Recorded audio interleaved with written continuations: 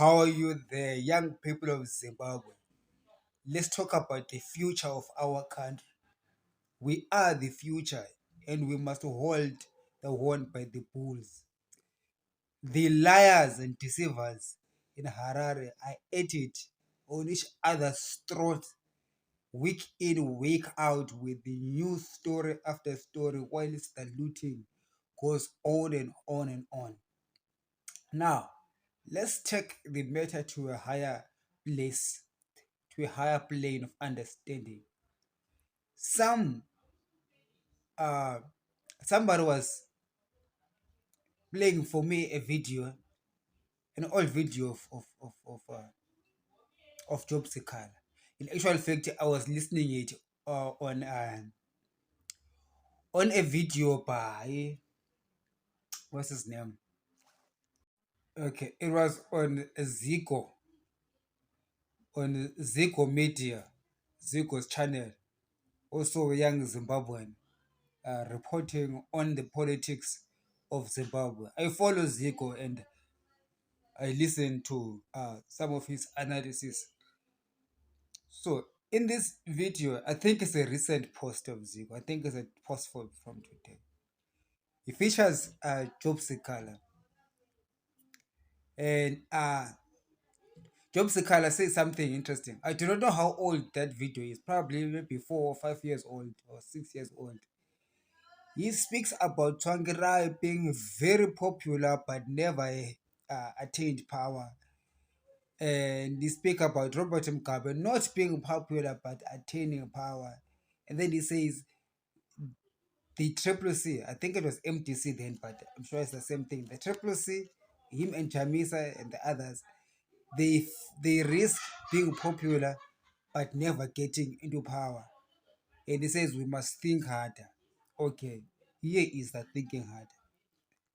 There is a reason why Joshua Mqabeko Nkomo was the most popular in the 70s and 80s and Robert Mugabe was not. Yet Robert Mugabe became the president. There's a reason why Mokin Tsvangirai was very popular in the 2000s until he died, but he never became the president. There's a reason why Nelson Chamisa is still very popular, but he will not lead Zimbabwe. I will tell you. In 1979, in the Lancaster House Conference, Robert Mugabe, that is when he clinched the presidency. It was not in the 1980 elections. The elections are a gimmick to make people think that there is democracy in the world. Democracy isn't really what we are made to think it is. It is said Robert Mugabe rigged the 1980 elections. But you must ask yourself, who protected him? Who allowed him to rig the elections? And I will tell you who it is. He got the power at the Lancaster House Agreement. When Joshua Nkomo fought for land and said when he will become president, he will give land, economic wealth to black people. Robert Mugabe said, just give me power. Forget about giving land to black people. He got the power. That's how ZANU-PF got the power instead of ZAPU. And when he saw that ZAPU is strong, in the 80s, he launched Gukurahundi as a way of destroying the real opposition, ZAPU. And guess who turned a blind eye?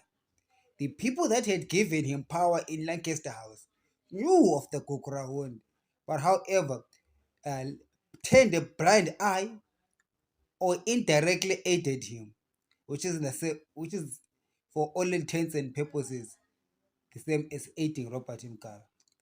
Why? It was in the interest of those who at Lancaster House gave Robert Mugabe the power to see the economy in the hands of the former colonizers, with a black face calling himself president, but the economic wealth largely in the hands of the white people. That is the reason why my people died during Gukurahundi, to protect British interests. Because Britain, the one who is holding the power at that time, could not allow black people to be successful. Hence, the unpopular leader, which is Robert Mugabe, became the president. But the popular one, Joshua Mqabeko Nkomo, did not become president because he was fighting an economic war. Robert Mugabe was not fighting an economic war. He was fighting a power war. So he got power, but not the economic war.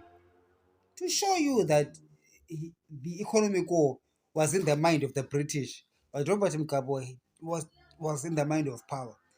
In the late 1980s, the country was forced into what we call ESAP, Economic Structural Adjustment Program. I have had my own research on ESAP, also having lived through ESAP anyway. Remember the times of Kenya. Remember 1991, 1992, we used to eat that yellow maize called in Kenya. Tasted funny, but made your teeth yellow. But it was during the times of ESAP. ESAP was an economic weapon against Zimbabwe. The program was aimed at destroying the economy of Zimbabwe. Robert Mugabe was not erudite enough to comprehend the nature of the weaponry that was unleashed towards him. So the economy was destroyed. When the economy was destroyed, the 90s produced Morgan Tsvangirai. Now, because Morgan Tsvangirai is popular, no matter how much he want to cry to Britain for help, he was not able to dislodge Mugabe, because dislodging Mugabe and bringing Morgan Tsvangirai would mean that the black people would be economically secure, aided by Britain. But that's not what Britain wants. Britain does not want economic success of black people. Britain wants black Zimbabweans to suffer, while Britain appears as if she's your friend. Yet in actual fact, she actually does support Robert Mugabe and did support ZANU-PF. Just like today, Nelson Chamisa can fly to the UK as many times as he wants. The United Kingdom does not want Zimbabwe to be free from ZANU-PF, but they will never praise ZANU-PF in public. But it's for all intents and purposes, the British Foreign Office uh, or their secret mission to Zimbabwe is well served under President Emerson Mnangagwa. The Second Republic's destruction of the economy of Zimbabwe is exactly what the colonizers want. You know, I laugh when Chris Mutwanga and the people in ZANU-PF always talk about how they are destroying the British or how they are fighting off the British. They have got no clue of what they're talking about. Or they have the clue, but they're just lying to the people. They are the interests of Britain, not the Triple C. But it will appear to you that because Triple C has got a seemingly British support and ZANU-PF being a foe of Britain, it's the other way around. Britain likes ZANU-PF. Britain does not like Triple C. Does not like any progress to black people. And ZANU-PF is right when they say that the colonizers hate us. But they fail to understand that the colonizers like ZANU-PF to be in power. Because with ZANU-PF in power, there's no development. With any pro-British political party that will be in power, there will be development. But it is that development that they do not want. So they will say to the MDC or Triple C, we support you, go well and deal with your own problems, knowing very well that there is nothing that's going to come out of it. So, to answer Job Scala's question, why are popular leaders never in power?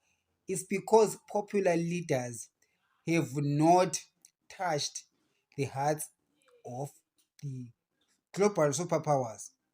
The global superpowers have not found any reason why the 20 million black Zimbabweans must be allowed to be rich. They have not. No one has given them that reason. The day they find that reason, that is when they will allow us to succeed. Now, I told you, let me take this thing higher when I began, because I need to understand something about politics, this global politics and how it works. First of all, there's nothing called democracy. It's just meant to manage the public. There's no democracy. The leader will become a leader because some powerful people want that person to be a leader. Finish and clap. Number two, There's nothing called sovereignty. The sovereign one is the global superpower. All these other countries who claim sovereignty, that sovereignty is at the protection of the powerful armies. Without those powerful armies backing them up, no one is sovereign.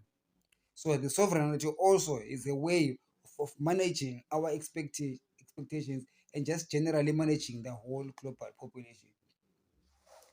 Number three, power is given, and it is given by those who run the world.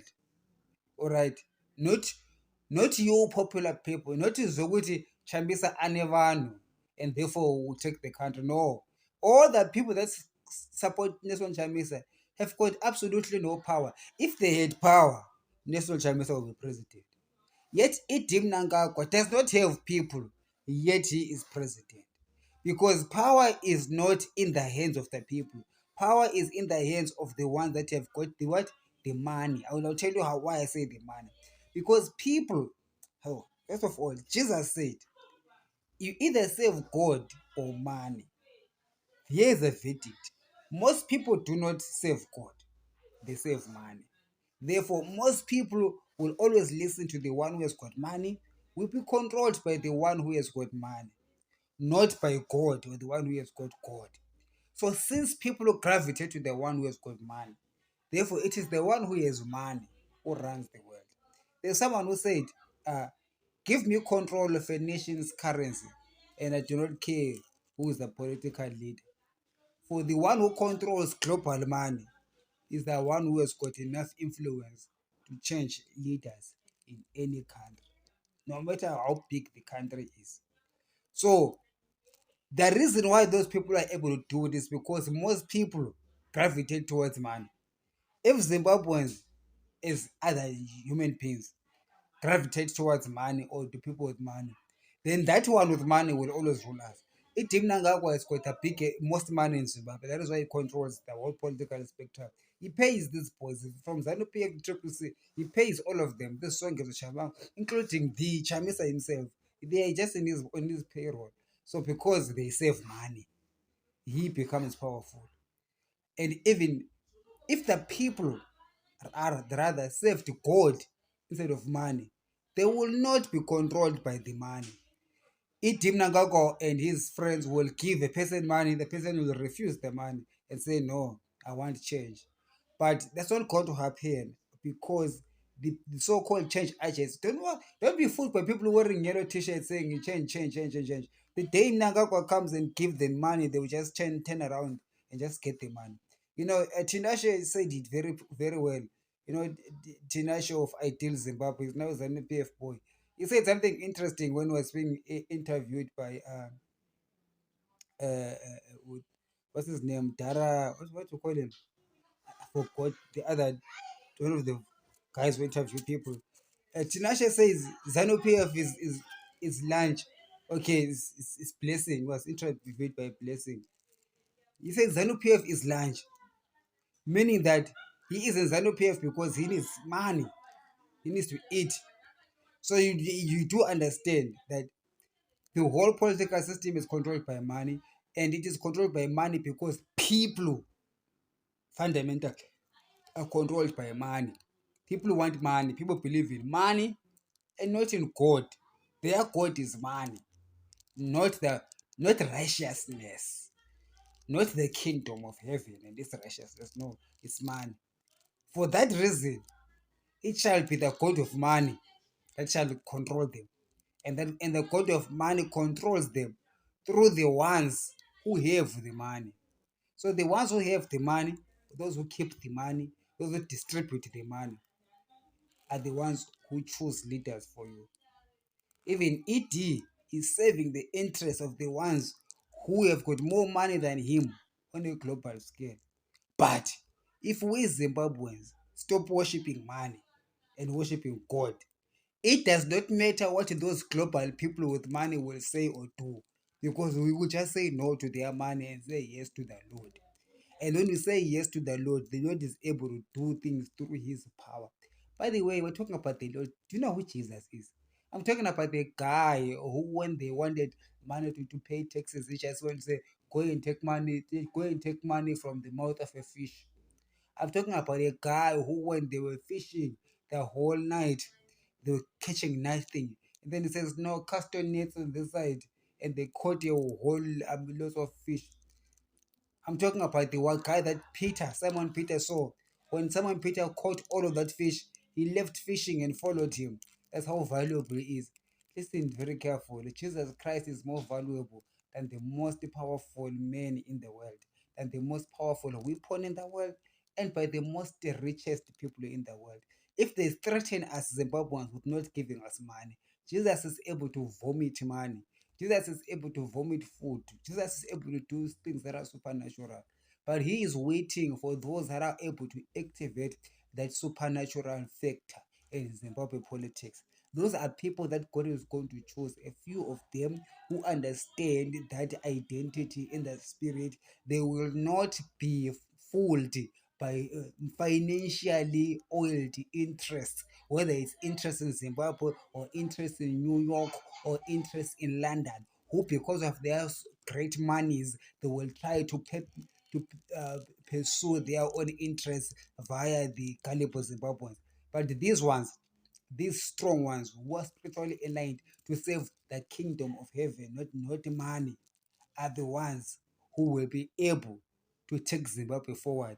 At the moment, whether it's an pay for a triple C, both of them are motivated by money and not by truth of liberating the country. That is why Swengeza Chabang does what it does, because it's also paid to do it. That is why also that triple C MPs are not able to push any agenda in parliament, because they're just there to get the bag, just to secure the bag and just shut up.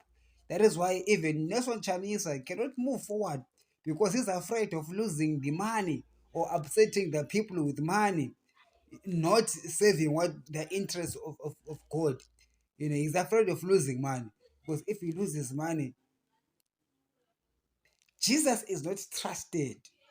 You see, you see what Jesus is looking for in Zimbabwe is people who can trust him.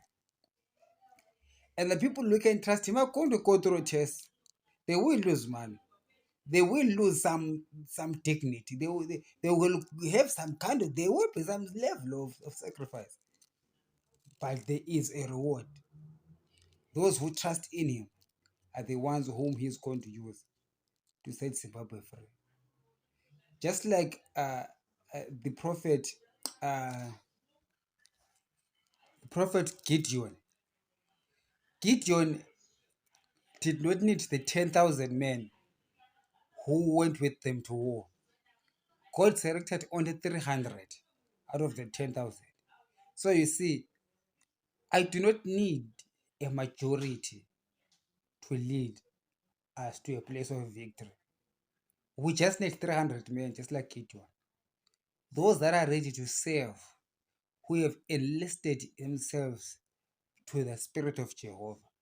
Those are the people that are going to bring the country forward. Don't worry about the forces. This thing with the Chamisa Vanu, as I told you, Vanu will never put him in power, because these Vanu are just many people who just worship money, and they were controlled by global forces, even local forces. But the few that serve God, the Bible says the smallest amongst them will be greater than John the Baptist. This new kingdom I'm telling you about is made up of warriors, warriors of the Almighty God, the people who are able to take the country from the devil worshippers in Zimbabwe. Those who understand that it's a spiritual warfare, this is not a physical warfare. And they will know that we will take the country not because we are many, number one. Number two, we will take the country not because Britain supports us. In fact, the very same place of resistance is going to be Britain, because we will be fostering for a change that makes black people succeed. That is exactly what the British do not want. The British can allow anything except a government in Zimbabwe that is going to bring black economic empowerment and emancipation. That they don't want. So whatever lie opposition they put themselves in, It will be to make them appear as if they love human rights and human progress. So that's why they look like they are against Team Nangago, they look like they support Nelson Chamisa. But in reality, they don't support Chamisa, they support Emerson Nangago, because Emerson Nangago and ZANU-PF are doing their bidding, which is to destroy the country and render our country a pariah, so that we can deliver Zimbabweans as low wage earners and slaves to British businesses. But a triple C victory and then National Chamisa victory bring a new government of progress. They do not want to see that happening. But because they don't want to see that happening, and I don't see Chamisa also doing. But he should play his part, but I do not know. Maybe God is going to touch his heart and he stops saving money interests inside saving the spirit of God. Perhaps I'm sure Chamisa has got a role in the next government, but I see his role diminishing going forward, because because okay, let me not go deeper on Chamisa. No, let me leave Chamisa out of it. But I know that his role is diminishing as we move forward, because of certain inconsistencies and certain idolatry that he has involved himself in, that will compromise him severely in serving the Lord's anointing and spirit according to the desires and the intents of Jehovah.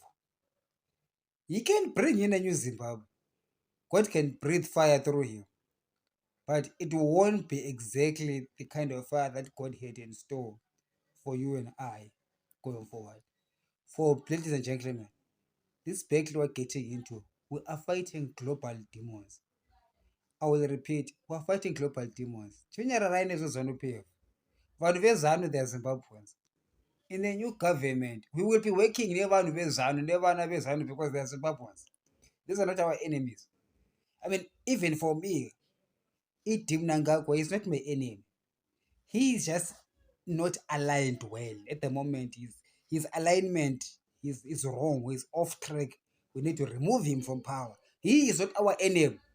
But the fact that he is on that seat doing things that he should not be doing things that our enemy, the real enemy of Zimbabwe, that let me not beat the bush, it's Britain, our former colonizers. Those are the ones who put Robert Mugabe instead of Joshua Nkomo, because Robert Mugabe just wanted power and Joshua Nkomo wanted land, and they didn't want Joshua Nkomo to give black people land. They hated him so much that they even aided Robert Mugabe to do Kukurawondi, and they looked on the side, because that's what they wanted, to crush the revolution which was coming through the Ndebelés and through even the Shonas who were supporting Joshua Mkabuko. Because I hear that in the 70s, all the Ndebelés and all the Shonas were supporting Joshua Mkabuko. But after the 80s, tribalism was brought in for that purpose of alienating the Ndebele leadership led by Joshua Mkabuko, who had the desires of building the country and causing. Since I didn't grow up in my Shona land, I do not know what the reasons they have for hating Ndebelés. I know some of the reasons why some Ndebele people have for uh, for being tribalist, and but in any case, tribalism, from what I hear, was not there in the 60s, not there in the 70s, but it was in the 80s for the purpose of crushing the revolution. So right now we are left with a residue of tribalism, uh, when we do not even know that the people who brought that division will bring it for the interest of crushing black excellence and black togetherness, because they fear that if Ndebele people and Shona people forget about their past differences, forget about Kokura Woody, forget about the stolen cows, forget about the sugar that Lopengula sold the country for, forget about all those things and begin to come together and say, Wandebele, Washonas, vendors, Tonkas, Kalangas, and all of the nation's tribes, and begin to say, we want to build a country for black people, just like Mkabe Nkomo wanted it. And we are not going to Lancaster House to ask about it. We're not going to go to ask King Charles to give us. We're not going to beg our country from King Charles because it's not his country anyway. It is our country. Even those that are in ZANU-PF need to be revolutionized. The people in ZANU-PF need to learn that the leaders of ZANU-PF sold the country. Even eating Nangako right now, he's a sellout the country. But there is people in ZANU-PF who love ZANU-PF because they believe ZANU-PF is a liberator, and they are not wrong in that it will be in that thought process. But they need to understand that yes, but the leaders have sold the revolution. So therefore, the revolution needs to take a new course, needs to have to incorporate new ideologies to understand that these our oppressors were so clever in manipulating ZANU-PF to a place of position where ZANU-PF begins to be a weapon against its very own people. And therefore, those that were loving ZANU-PF genuinely are left holding a dummy, holding a baby that is dead. So you need to understand that to resuscitate our economy, to resuscitate our country, we need to first of all do away with polarization. Okay. We have to forgive each other. We have to forgive even these triple C chamisas. Forgive the Ramakashis. There's a small fries. Those Varakashis, forgive them. The Ramakashis, they don't have a mind of their own. They're just speaking what they're being paid to do. I mean, if I become a millionaire today and I just pay $100 to those Barakashis every day, one by one, they will all do my bidding, and because they don't have a brain of their own. They're just doing whatever it is. Even the Triple C people, they don't have a brain of their own. Even the ZANU-PF people, they don't have a brain of their own. It's just the money that they are attracted to. So they have to say what they need to say in order to get the money. So what I'm saying, remove money from Triple C, remove money from ZANU-PF, remove money from Barakashi, and say, let us look at the Zimbabwe. And then let's say, let us build our country. You will be surprised. All of those Barakashis and all those Triple C people are always fighting online. The day we remove that money and we sit them in the room and say, let's build Zimbabwe, you discover that they are friends. They've got a lot of things in common. They truly, truly, from the depths of their heart, they really want to be free to build the country. So that is why I say it is not my enemy, and even ZANU-PF is not my enemy, or Triple is not my enemy. We may disagree on certain things, but I do know that when our enemy, which is money, which is Britain, which uses money to influence our politics, if we come to a place of hard understanding, we will know that we all have one interest to build our country. And then we can build our country without them. Let me tell you something. We were too educated not to know how to build a road, how to build a school, how to build an economy. We've got Zimbabweans who understand economics, who understand technology, who understand infrastructural development, all sorts of engineering. We're able to build our economy. Don't be lied to by white people that blacks cannot build. It's a lie. And they know it's a lie. But therefore, they will empower the blacks who do not know how to do things right. They will empower the weakest amongst us, like the corrupt amongst us. It's the same thing in South Africa. The corrupt amongst South Africans are running the country. Yet the righteous South Africans will find it very hard to run the country. And they do not understand where it's coming from. It's coming from the fact that the real oppressor, which is Britain, you see, the real oppressor, which is Britain, wants us wants us to be locked in poverty forever, so that we can always worship white people and wait for their salvation. As if, like, if a white person does not promote us, or a white person does not come to do something for us, we will always be poor. That is the mindset that they want to press on us. That's the reason behind most of the racism out there. It's really based on black people to eventually begin to think that they cannot do things, when in actual fact you can, and better than them. And they fear that once they let us do our own things, we might actually surpass them and overtake Britain. And we must overtake Britain. We are better than the British. Us as black Africans, we're better than them.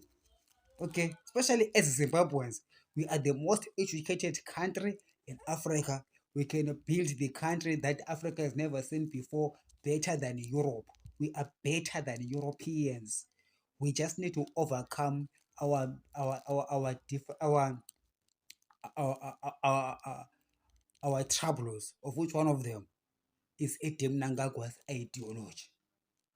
Not it as a person, how he thinks and how he operates in these guys. Because at the end of the day, I've said this many times. How much I've been speaking for too long. I've said this many times that this ED, now I'm losing my mind.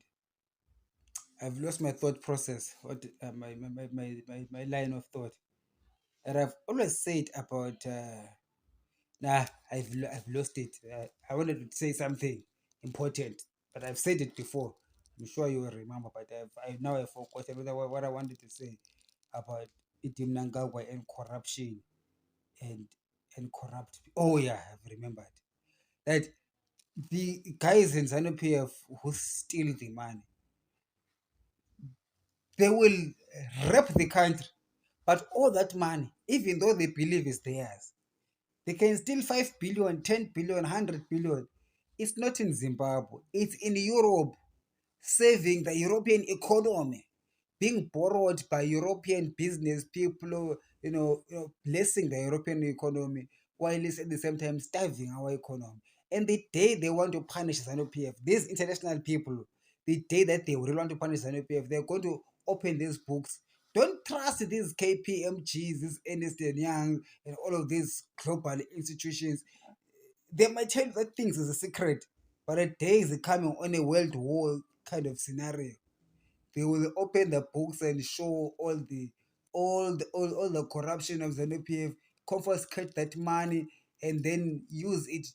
They can come up with a repatriation for land invasions or something that will make sure that that money never comes back to Zimbabwe. It will be taken by them. That's it. That is how the wealth of the nation is stolen.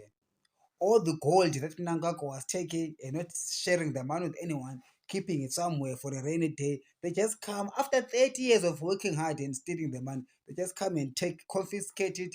If they do not want to just confiscate straight away, they will just talk about asset freezing. But there's no asset that is frozen. It's not really frozen. It's being used. Okay, it's being used. It is generating income in their economy. At the same time, our economy is going nowhere. So not only is the money stolen from ZANU PF, it's only stolen from everyone else, and black people will never go anywhere. And then when you oppose ZANU PF and oppose Mnangagwa, you must understand that part. You must know when to what extent you must oppose him, and you must be clever about it. You must be smart for the sake of nation building. Because the end game here is not want to see Mnangagwa in jail. It benefits me nothing to have Itim Mnangagwa in jail and these thieves in jail. What benefits me and you is the money to come back. I've always said, at some point, there is some of the stolen money that we will never know how it went outside the country, but it must come back anyway. It must, even if it's still owned by ED, it must still come and save the economy of the country. And therefore, we can be truly be free from the British. Because fundamentally, our enemy is not ZANU PF. It is still the British. Okay, they attacked us in the 70s. I mean, first of all, they attacked us by lying to our king, Lopengola, and taking the country. They attacked us by using Cecil John Ross, who took all of our land and gold.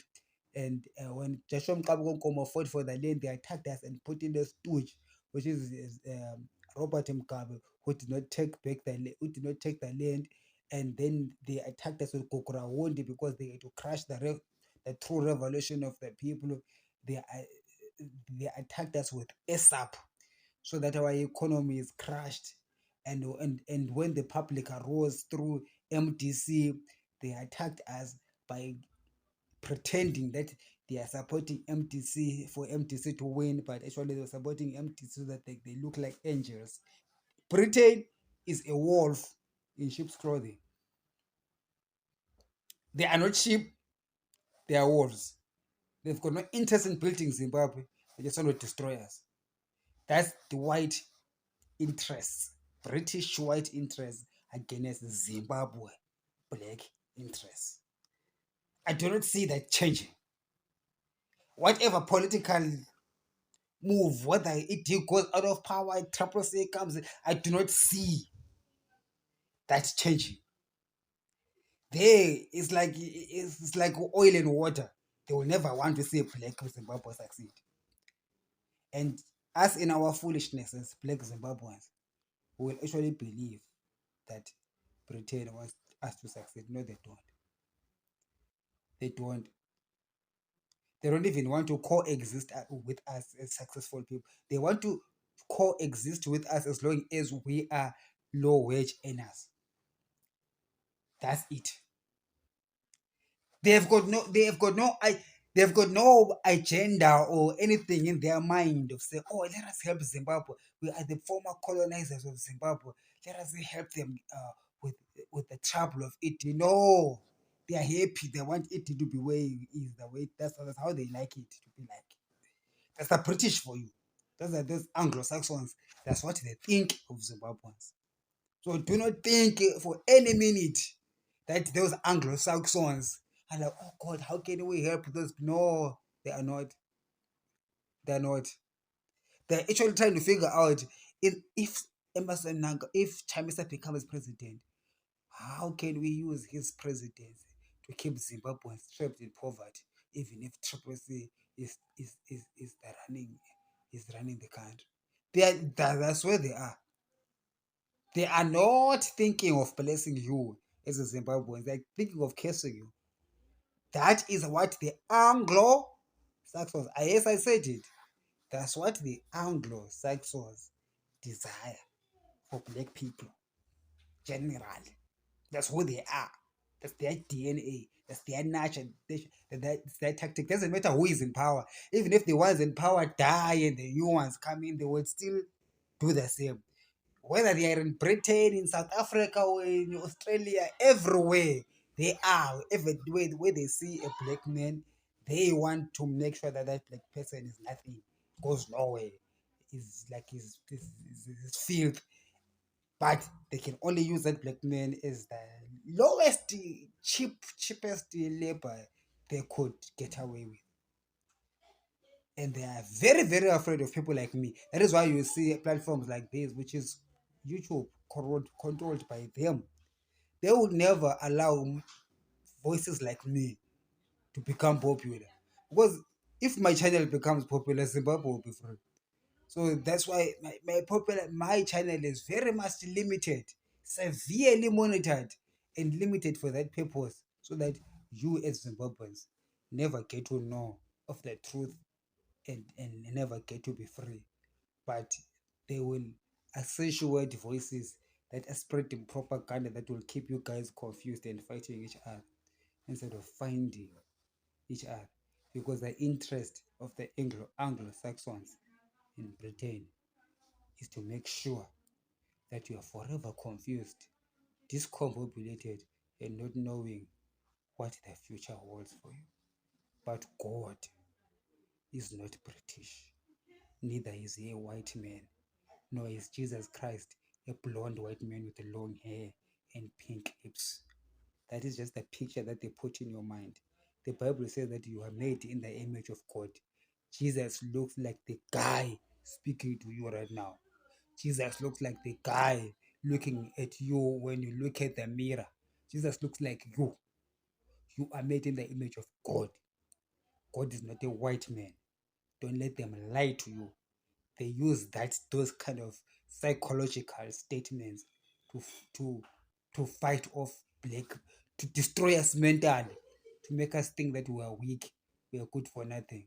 My brother, my sister, we are more powerful than you can ever imagine as a black man, because we are Christians and Christ lives on the inside of us. For we can say it is no longer I who lives, but Christ who is on the inside of me. And the Christ who's on the inside of me is not afraid of Britain with all of his glory. Holy is God. Zimbabweans, let us forgive each other. Let us go down, build our country. Tapota Ango. Have a great evening.